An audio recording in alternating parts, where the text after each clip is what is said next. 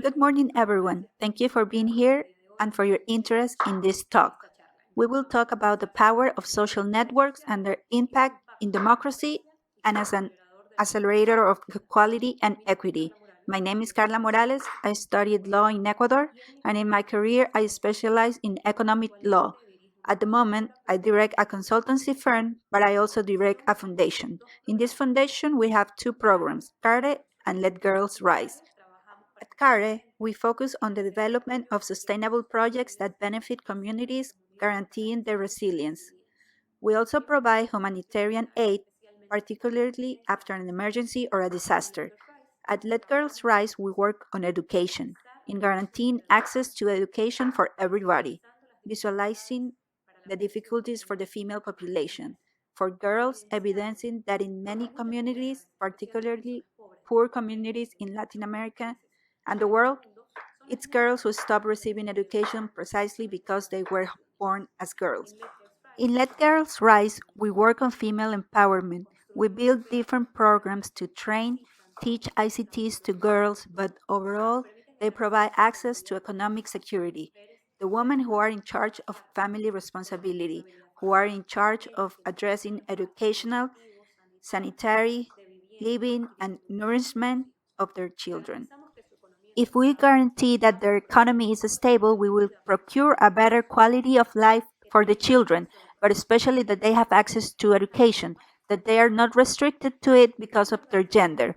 In the organization, we believe in the power of social networks, not just because we have seen it, but because we live it. We used storytelling and the power of media campaigns to inspire to make a reality visible, to translate the necessities that we found in each area and especially to communicate. An exercise of transparency and honesty each step that we take. It's not just about positioning a cause, but also about creating the road to credibility that goes both ways. In my practice and work in my objectives, I am searching to reach. I am also looking to, at the same time, transmitting a live accounting of our process. In the world where we live, where social networks are not just part of our lives, but they're also part of our daily lexicon, we communicate through them. We generate conversations, we generate topics, and we even generate public agenda through debates and discussions that happen in social networks. So we have to recognize first that they are part of our lives, and second, that they have incidence in the development and discussion of public agendas on the communities. With that in mind, I would like to show you the next video in which you will get to know the work that we do in our organization, but also to measure the impact that we have achieved, measure how much more we could do if we work collectively through social networks and benefit of development, and using that as a mechanism to guarantee democracy in countries where it is a dream and also essential. Have you noticed something? When we were kids, we would spend time playing as being a superhero. We would imagine that we had great powers to save the world. But with time, we grew up and we put aside our cape, distracted and worrying about living life. It was in 2016 when an earthquake shook us to our core and awoke the hero inside of us that we thought we had lost. It was then when we discovered that the greatest power that superheroes have is the power to help, a power that we all possess that is so human and so real that we don't even need to use a cape. Better said, the only things that we need to use are our hands and hearts. Since then, at the Karla Morales Foundation, we give humanitarian assistance to communities and to the most vulnerable groups during states of emergency. We channel aid and work between the private sector and citizens. We produce media campaigns along with collective volunteering and involvement with allied brands in order to guarantee the execution of projects that benefit the communities who are in need the most. We empower and inspire action onto those who have the will and the resources to help, but are not sure how to support during states of emergency. At the end of the day, We all have the same superhero power, the power to help.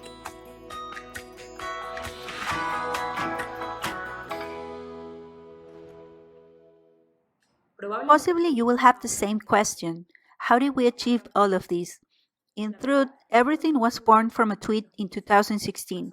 Just hours after the earthquake that hit Ecuador, we shared a tweet on which we made a call to action to communities to help. We told them, this is the address, this is the phone number, you can help and you are needed to help the quality of life of others. Two populations were gravely affected, Esmeraldas and Manabí. Those two populations are just hours away from Guayaquil, the city where we have our base of the organization. Thus, in 24 hours, we were able to bring the first 8 packages, transport thousands of tons through months of hard work that became years. But it allowed us to know the basic needs of a population whose condition after the earthquake worsened, while also channeling the efforts of many. Social networks and their impact over the day-to-day of communities allow you to triangulate efforts from the most important sectors for the development of a community: the private sector, public institutions, individuals, families, and voluntaries. These three axes work as a chain where all the links are essential to allow for the steps to keep happening. We are at the beginning of a 10-year mark, the decade of action for reaching sustainable development objectives. From 2020 to 2030 is when our commitment has to materialize even more, where actions have to be more real and tangible because of this. At this moment, when I'm talking to you about what we can achieve through social networks, I want to share with you a recent anecdote. Now we are in the middle of an emergency planning due to COVID-19 in Ecuador. Guayaquil, as many of you know, is one of the worst hit Latin American cities. It was through social networks that this campaign that I will share with you reached us. One person who we still have not met created this campaign in coordination with us to look for international cooperation. This will not only show you what we can do when we activate ourselves through the platforms where communities connect, but also how vocation and work placed on the service of a cause can allow us to achieve great things and also to cross borders.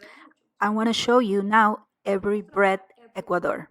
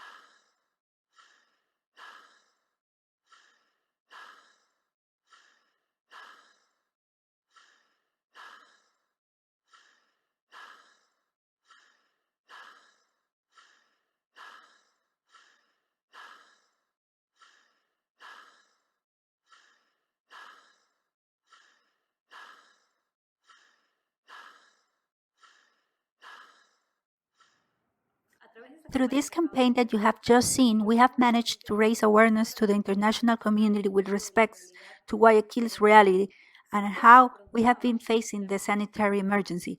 I have also demonstrated how this teamwork through individuals that don't necessarily know each other can generate a result and produce direct impact outside of their immediate geographical area. This does not only allow us to represent the reach of social networks, but also to understand a larger objective. It is important to democratize the access to all of these tools. It is essential to guarantee the exercise of full citizenship that also includes the internet, access to technologies, new tools, and platforms of communication in order to exercise rights and guarantee democracy. When we speak about e participation and e governance, which is what we like to mention every time we talk about what we have achieved and how we achieve it, we talk about an active citizenship. Citizens that know that they have rights and that are not afraid to partake in the responsibilities. Citizenship that recognizes itself as active and proactive. This is where an essential factor is born for a use with direct impact over equality and democracy of social networks. When an individual acknowledges himself as a user with full agency to generate change, an agent of change from the digital, but particularly as a citizen that exercises their rights and responsibilities through all the mechanisms in their reach, whether that is in the location where they develop themselves through our communities created through social networks and digital worlds that we have access to.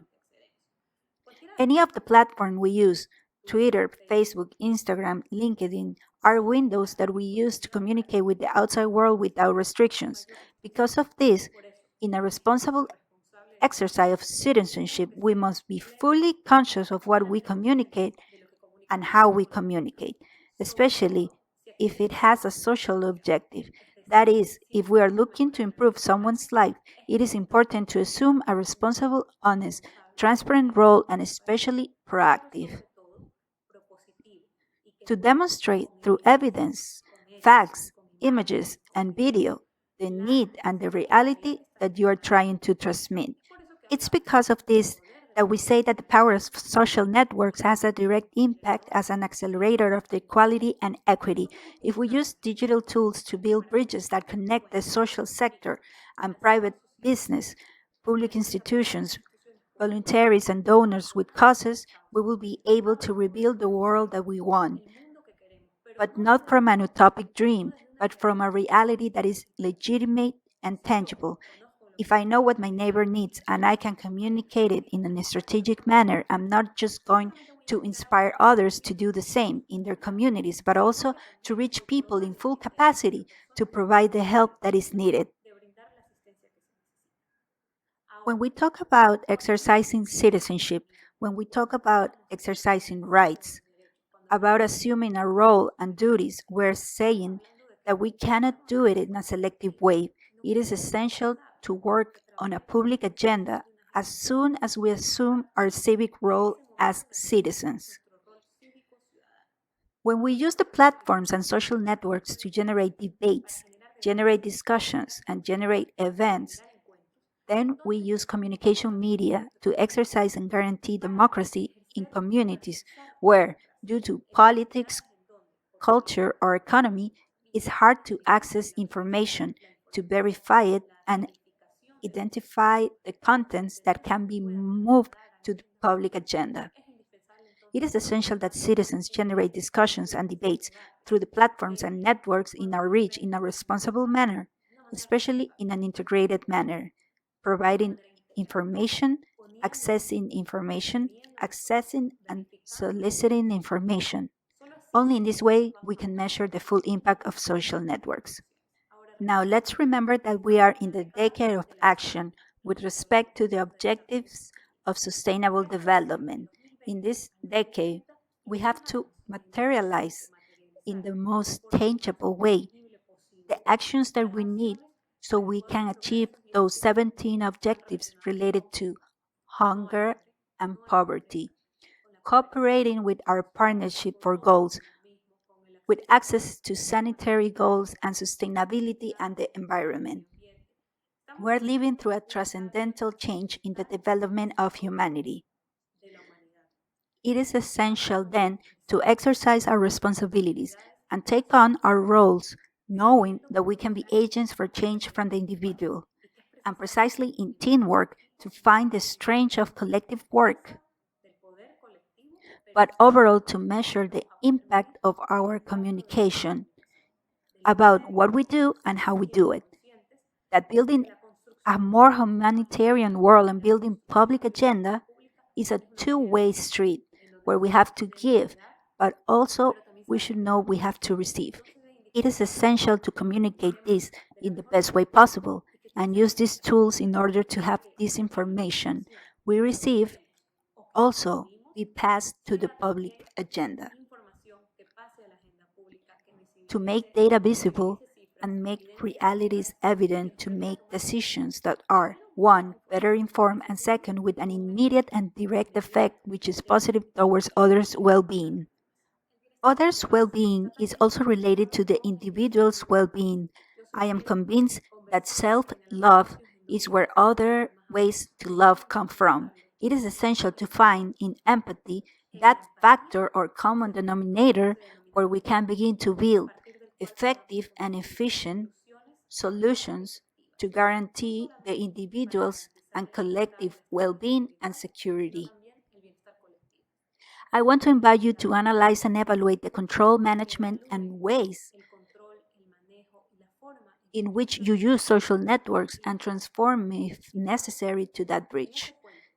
That growth where each of us can contribute not just for improving our immediate lives and environment, but also to build a collective agenda where the collective well being can be achieved without impairing the individual well being.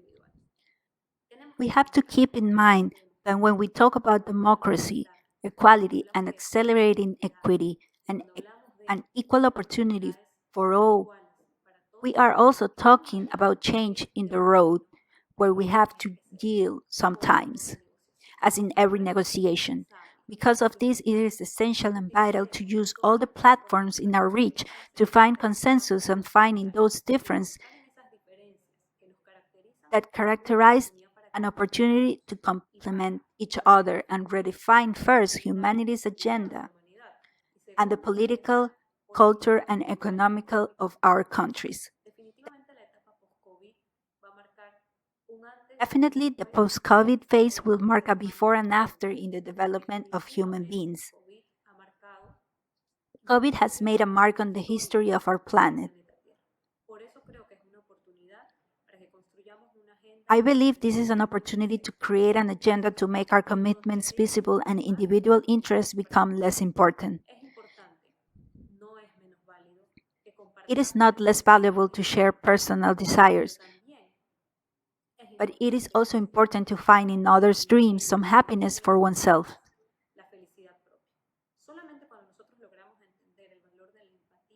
Only through empathy will be able to build resilience and more egalitarian communities where opportunities can be homogeneous, where equality shouldn't be utopic but part of a process of development, where communities can achieve through access to housing, health, and food,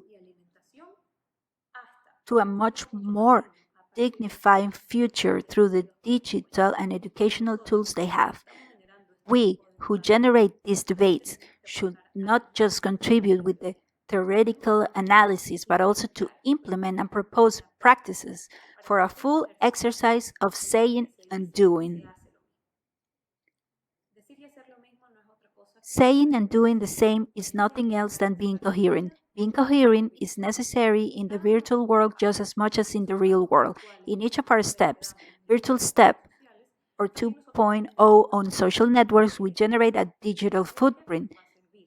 That footprint can help us in planting that credibility, transparency, and acceptance that we all look for when proposing and evidencing a project, a work, a cause, an objective. It is imperative to be aware that each content we generate and each thing we communicate builds onto this file our digital footprint through which donors, voluntaries, business, or anyone looking to connect to the causes and projects we are trying to position will look for and validate to check whether adding their efforts or collaborate is the right thing to do.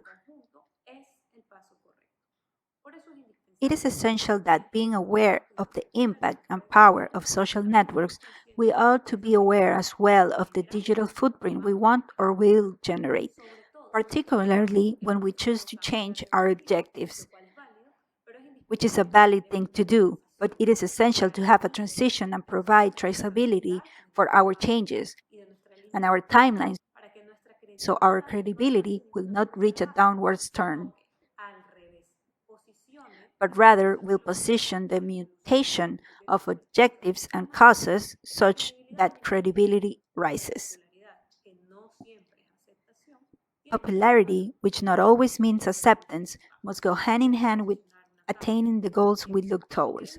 If we want to position a cause, a project, and also potentiate it by generating a massive call to actions or voluntarism, or as we do a media campaign to position a need and find somebody to address it, it is essential that our story, that digital footprint, is coherent with that which we are doing and we look to do. That step we want to take must make sense to others. When we talk about using social networks for specific cases, projects, and objectives, we might talk about a specific project. It is important to separate your profiles with the contents we will use.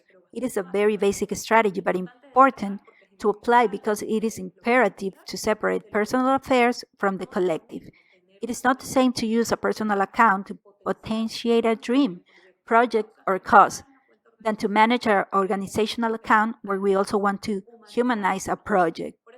It is important to give it a voice to make it feel close, but not so close that it may lose credibility with respect to the formality of the project. This digital footprint works for creating a historical account for generated credibility to guarantee a project's sustainability and efficiency, especially through this two-way street of confidence between those who read us, the content we generate, and also so that when we are analyzed or we enter a process of verification, that any person or institution looking to add themselves to the objectives we look to attain, while doing this verification process, will be able to make sense of each of our steps.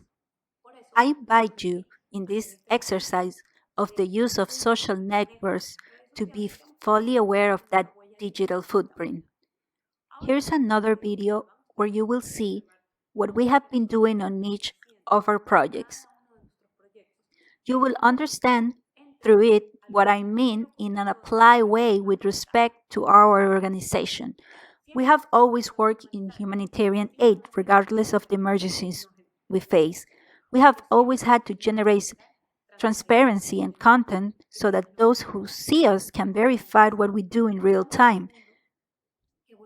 We are in a world that evolves and grows rapidly, a world where reporting and accountability cannot be a link in the bottom corner of our web page. We have to be accountable and also use that activity as an opportunity to make visible our work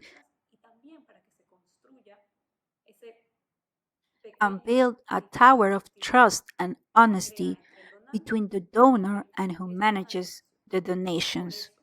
When we talk about managing social networks, we talk about a mutation of managing information, an evolution such that we can achieve several objectives through one content at the same time. In this video, I will show you how we have managed our reports of accountability from using small reports and also videos of deliveries, showing the faces of people receiving donations, where we have always managed to triangulate efforts, including public institutions without politicizing projects, not because politics are bad, but because you have to take care of the project for the donor who might want to believe in it separate from political interests.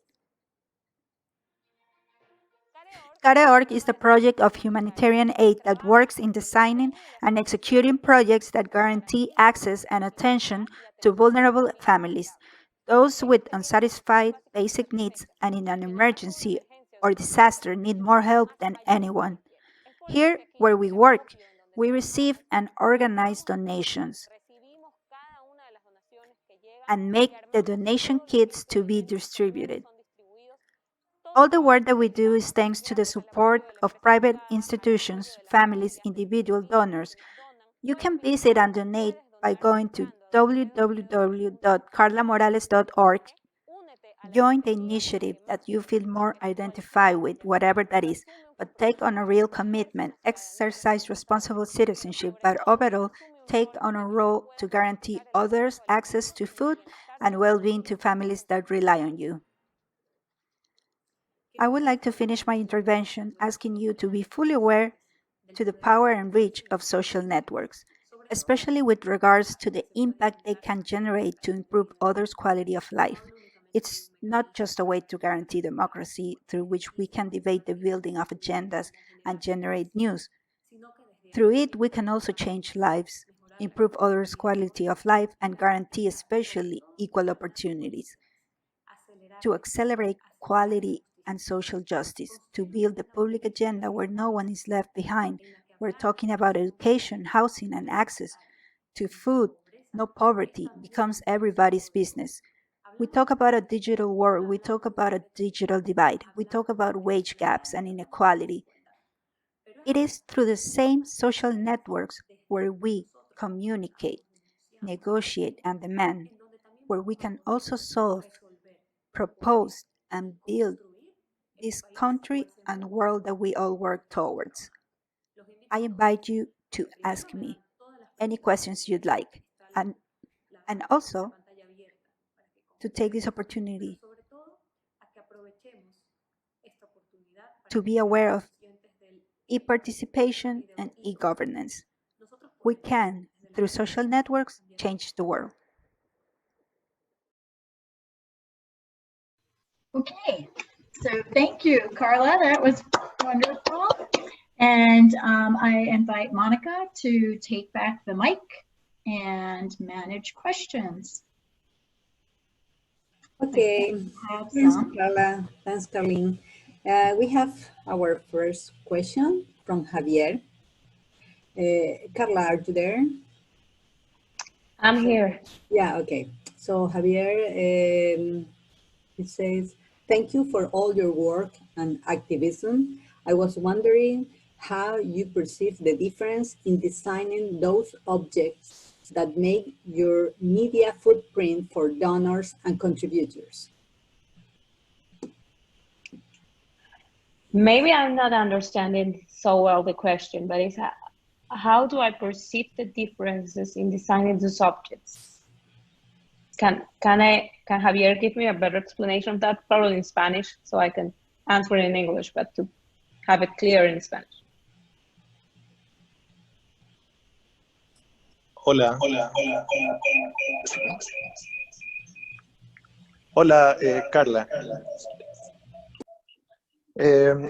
La pregunta básicamente es si cuando creas uno de tus tweets, diseñas o piensas de manera independiente cómo lo va a percibir un donante o un contribuidor. Si quieres la puedo repetir en inglés también. Essentially, whether when you craft a tweet, you think about how a donor is going to perceive that social media object instead of how a contributor, one of the people that help on foot, perhaps would. Thank you, Javier. But no, we are not, when we are creating the communication through our social media, particularly from my personal profile, I do not tweet thinking about how to captivate donors or how to captivate budgets so we can benefit the projects. What we do is to make an honest exercise of trying to transmit people. What do we see? How do we perceive it? And how we think people needs to know what's happening about a hard situations, for example, an emergency or a disaster. We're not always looking for budget, because what we have seen during our work is that it's not all related to money when you want to change someone's life, because people have a lot of options to do it, probably with your time, with your hands, creating call to actions, but also to prove others that it's not all related to money to guarantee development. It's about volunteers, strategy, honestly, and to have all the tools that probably someone else need and that you have them just save it by yourself. So what we do is to communicate in the most honestly way possible, but also being very clear about our objective. If we need food, we always try to tell everyone what do we need, what kind of food, how many people is affected for the emergency, for example. So anyone can help, not only donors as big companies or individuals, but everyone from any kind of phase. That's the example that I said with Every Breath Ecuador, when we met someone through Twitter and he created all these huge and wonderful campaign to help us. It's a proof to tell everyone that you can collaborate from whatever you are or whatever you do.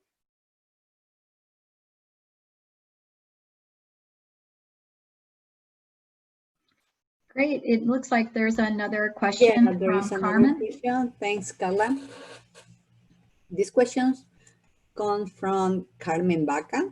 So she said, "Dear Carla, I'm from Espol. Thanks for the amazing talk and for all the communities you are helping in Ecuador. We have conducted studies using the conversations in Twitter around the earthquake that took place in Ecuador. I was wondering when your colleagues at CARE read the tweets, are they overwhelmed by the amount of information they have to process? We saw conversations with, for example, 80 replies. So are you overwhelmed, or your people are overwhelmed by the amount of information and how you handle that? Yeah, thank you, Carmen, but actually not. You know, when you get this chip in your mind about working on community development and humanitarian assistance, you are kind of ready to get all the information it's possible to get through any kind of media that you can handle in that moment. So I think that human being is so amazing that it shows you the best of you in the probably the worst circumstances. So when we face to these like overwhelming situations that could be qualified like that for anybody, it's like gasoline for volunteers. They are always working on trying to help people or create projects. So when they get all these replies that are most of the time positive replies, they get super happy to get this kind of interest in what we're doing. And what we do is to verify and check all the answers and all the offers that we receive. But they are kind of ready. We have kind of trainers here, people who teach them how to deal with this hard situation, especially from the emergency, and how to handle all these responses, answers, and including all the attacks and all the dark side of the social network that we all know. They are ready. That what we do is to have a team that is ready, and actually they're like looking for all the answers. We have 3 or 4 people in charge of checking all the answers and checking all the tweets, all the call to actions that we generate from the organization's account and from mine. And they are actually right one step behind me, asking people what you're saying, how can you help?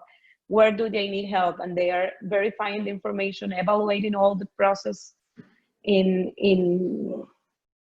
every contact that they make. But they are not, what I'm sure to tell you that they are not overwhelmed. They are always looking for ways to help and to keep helping.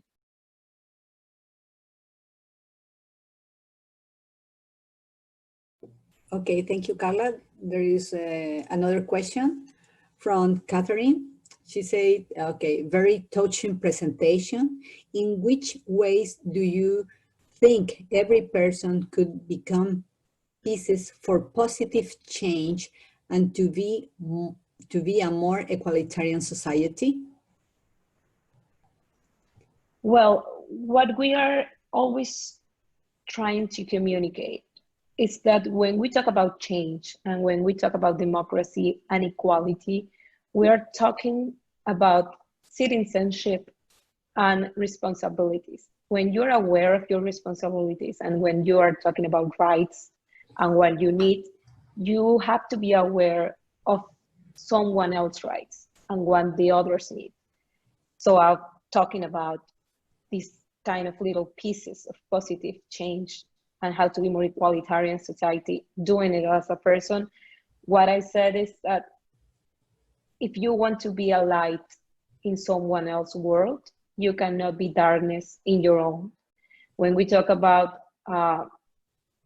self-care, when we talk about self-love, we're talking about the construction of empathy and cooperation with your community.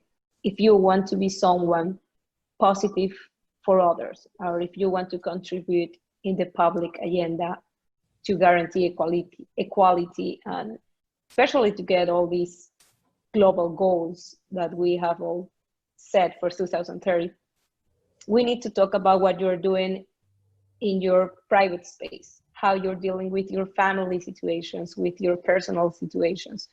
When you have all that, not control, but all the awareness that it needs, then you can do this like step forward to create the other change in your immediate community. So I think it's that, no? I think that every person could become a piece of positive change, but when you start by yourself and by your family. Okay, thank you, Carla. More questions for the public? No?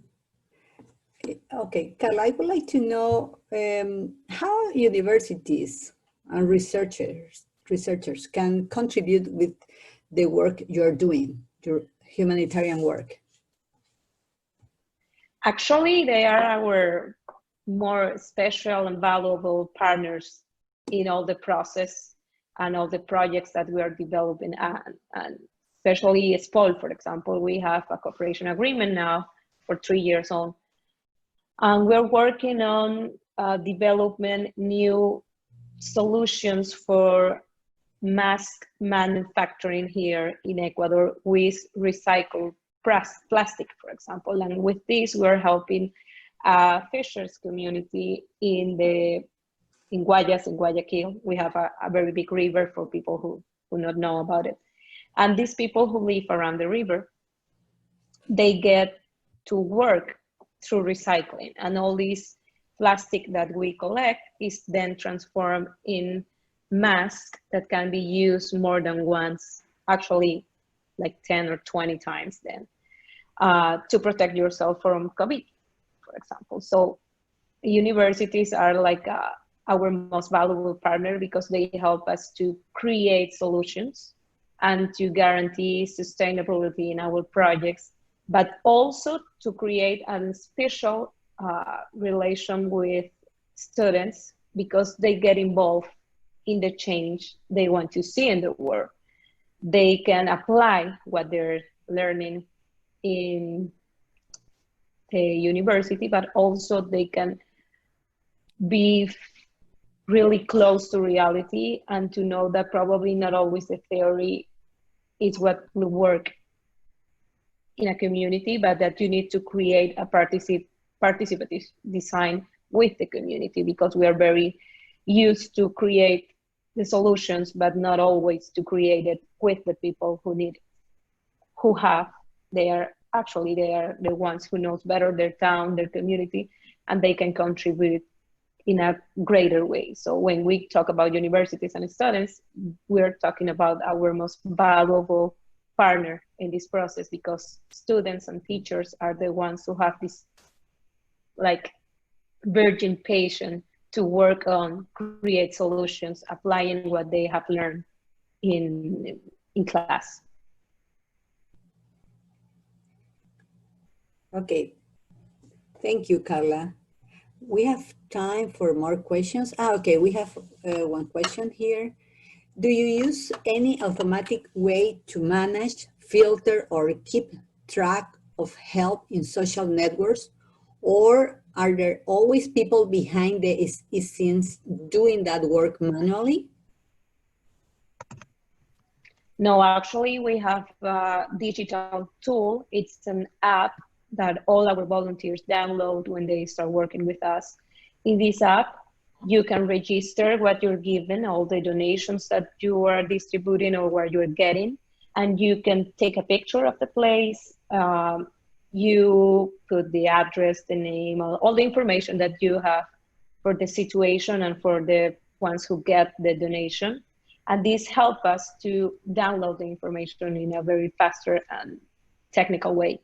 And then we see in a map, like the Google map that we all see when we try to find an address, and you can see all the signs, the red lines signed, to check and to make the traceability of what we have been doing, who receives help, and we can establish when do we need to go back there. For example, when you provide food kits, you need to know that this kit will last for around 3 or 5 days, and then you need to know when to come back. This app helps us to know and to set the alarm so we are ready to go back somewhere. But it's not manually. At the end, it's all digital. Thanks, Carla. We have time for more questions, maybe one more question or two. Looks like Dorothea has her hand up. Yeah, Dorothea, yeah. Please go ahead. Thank you. Thanks, Karla, for sharing that work, and it's great to hear all the stuff that's been achieved, and also the accountability that the digital allows. Is really, really good and impressive. I was wondering, on a conceptual engagement with your talk, you were talking about the relationship between the collective and the individual.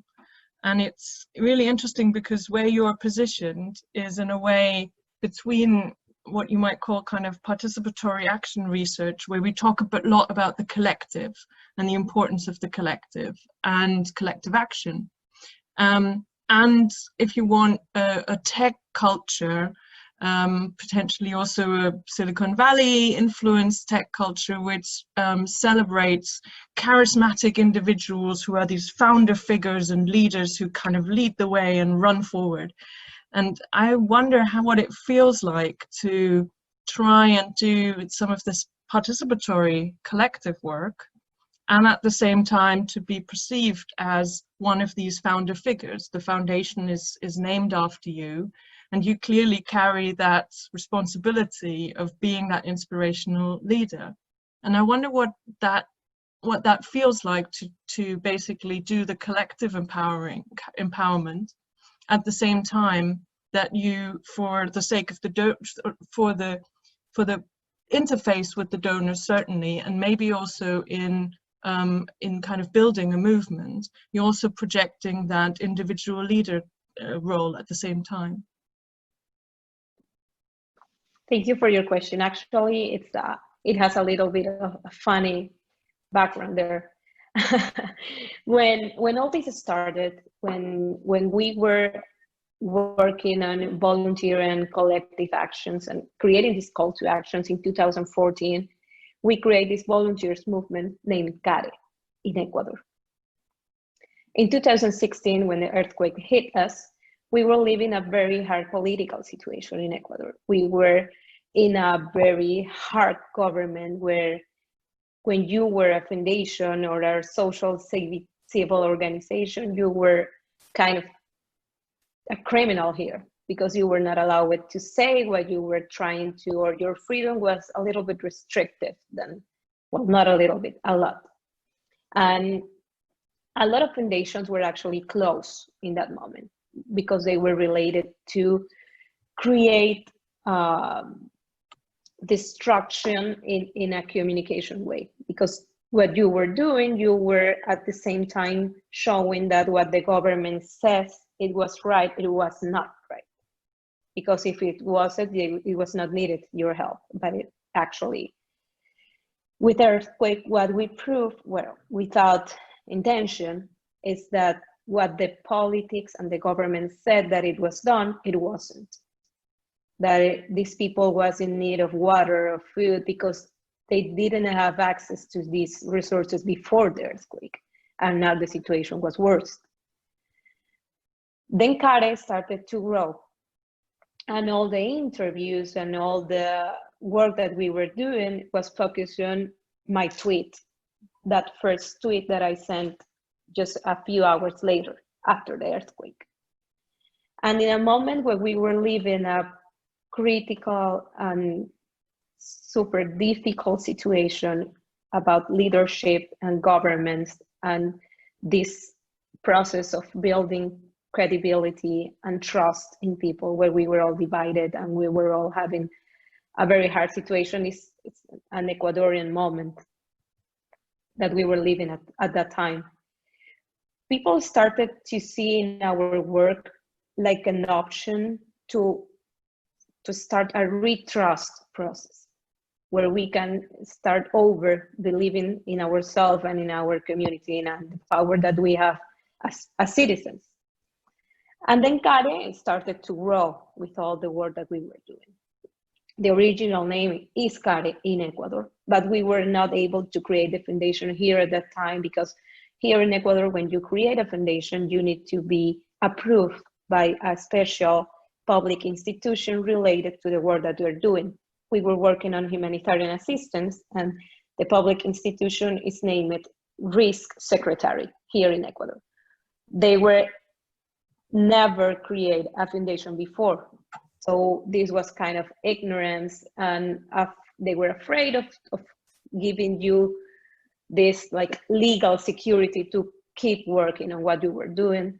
And they reject our request. And they said, no, we were not doing foundations now, and we are not actually related to this process before. So we experienced the first son's experience in family, all their parents process we experiencing here in the process of creating the foundation. So we stopped there, and we were stopped there. And we decided to keep working as a volunteer movement. But what happened later is that when all the work grows and we got all these interviews and press reports that were proving that as civil society, we were able to do a lot of things without the government involved, people start related my name to what we did. And if you start Google, all the work we did, it was always my name in the middle. I tried to separate the situation, because what I have told before is like, I'm a mother, I have 4 children, I have my consulting company, I have a lot of things to do. And also I'm a human being who makes mistakes, and I don't want that these mistakes affect the organization or my personal decisions that related to that. But when we start working international partners and cooperation, we noticed that was my name in Google. And to give this explanation about what we've been doing and who I am, it was kind of a challenge for everyone. So we decided to create the foundation in Florida with my name. So for donors and people related to cooperate and to establish partnership, we'll get the information easier. It's been a challenge for me in particularly saying, because it's super hard to transmit people that it's a project, that you are a human being in charge, but that we need to embrace this process as a global flag, not only as an individual dream. So it's been a challenge. Yes, it's been a challenge. It's been hard. Yes, it's been hard. But also it's been useful, because when you have a face in this kind of social projects and in our political and economic history in the last 10 years, it is important for my people to see that there's good people still out there, and that we still believe in each other, and that we can work together. So it's been hard, but at the same time, it's been great because it's been an opportunity to tell young people, students, kids, and even those who were not in the mood of trust in that moment, to prove them that we can still build the country that we want by ourselves. And I've been to Ecuador, and I can can agree that there's some wonderful people that to meet there, and one day we will be there in person. But thank you very much for that answer. Okay, thank you, Karla.